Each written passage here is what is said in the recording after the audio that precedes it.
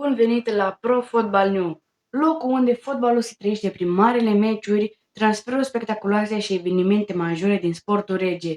Nu urmărim cantitatea, ci calitatea. Aici găsești doar știrile care contează cu adevărat.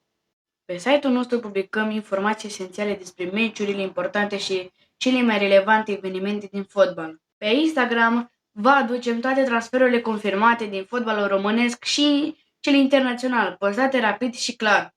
Pe YouTube, în perioada de transferuri, publicăm un videoclip pe săptămână cu cele mai noi transferuri și cele mai credibile zvonuri. În restul sezonului aducem rezumate și momente cheie din cele mai tari meciuri ale etapei, pentru ca fanii să nu rateze nimic din fotbalul de top. Planuri de viitor. Avem planuri mărețe. În următorii ani vrem să lansăm propria noastră emisiune TV dedicată fotbalului și să transformăm Pro Football New în cel mai bun site de știri de fotbal din România. Vom face live-uri interactive unde vom aduce invitați speciali și vom organiza pariuri amicale pe sume simbolice, doar pentru distracție și suspans, fără a influența copiii sau a promova jocurile de noroc. Primul podcast va fi chiar cu un jucător de la Voința Codalb și îl vom face atunci când vom ajunge la 1000 de abonați. Ca să fim siguri că va prinde ediția, va fi un eveniment mare. Am investit deja în promovare, am colaborat cu un canal de muzică de pe YouTube. Nu este foarte mare, are aproximativ 38 de abonați, dar este un început foarte important. În curând veți vedea promovarea publicată acolo.